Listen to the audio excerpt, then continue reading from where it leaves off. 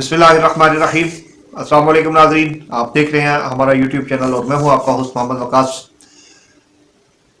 हज़रत मोहम्मद सल्लल्लाहु अलैहि वसल्लम नबी आखिर ज़मां, आप वसल्लम का फरमान अलीशान है इन्नमल आमालु बिन्नियात, के अमाल का दारोमदार नीयतों पर है।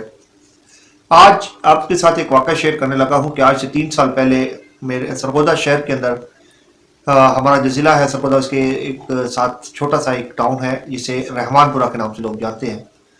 वहाँ की एक मस्जिद में मौलाना अब्दुल हन्नान सिद्दीकी साहब जो हैं, अहले हदीस मकतबा फ़िक्र के एक बहुत बड़े आलिम हैं, उनका टाइम लिया गया और उन्होंने एक टाइम दिया और उस टाइम के ऊपर जो है वहाँ पे वो पहुँच नहीं पाए।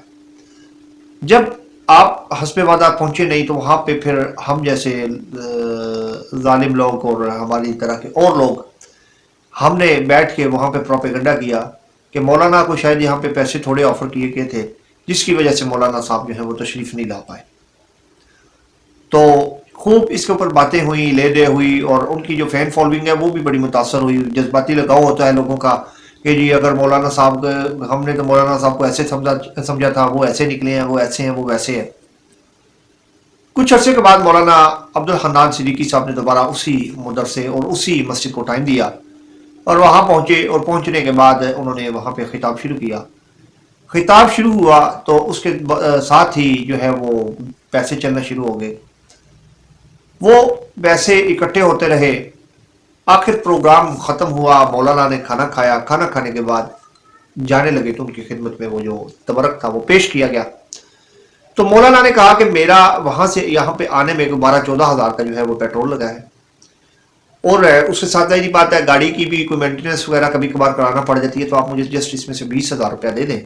बाकी वो 1 लाख से ऊपर कुछ रकम थी, उसमें से वो 20,000 निकाल के उन्होंने बाकी रकम जो है वो उसी इदारे को दे दी और फरमाया कि आप इसकी तज़यीन के लिए इसके किसी पहलू को या कोई जिस चीज़ की कमी है उसको पूरा कर लें, उसके लिए ये पैसे हैं, आप मेरी तरफ से इनको रख लें। नाज़रीन, इस सारे मामले के अंदर मेरा एक दोस्त इन्वॉल्व था। वो वहाँ पे उसका आना जाना और वो इस मस्जिद के इंतज़ामिया के साथ उसके साथ अच्छे ताल्लुकात थे।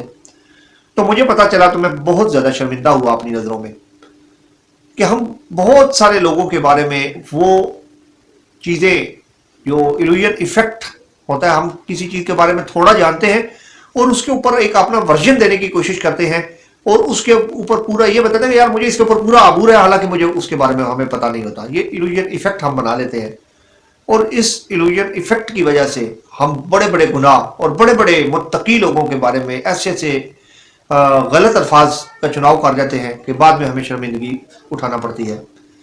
मौलाना से एक सवाल मेरे उस दोस्त ने यह भी किया कि मौलाना अगर आपने पैसे नहीं लेने थे तो आप लोगों से बेले ये पैसे इकट्ठे ना करते, आपकी तो बदनामी हो रही थी। तो उन्होंने बड़ी खूबसूरत बात कही। उन्होंने कहा कि मेरी बदनामी की वजह से अगर रब का घर आबाद होता है तो ऐसी हज़ारों इज़्ज़तें उसके रास्ते में कुर्बान है। हमने जब हम उलमा को पैसे इकट्ठे करते हुए देखते हैं तो हम ये समझते हैं कि यार ये अपना सारा पैसा जो है ये अपने ज़ात के ऊपर लगाएंगे, लेकिन ऐसा बाज़ जगहों पे नहीं होता, बाज़ जगहों पे होता भी है।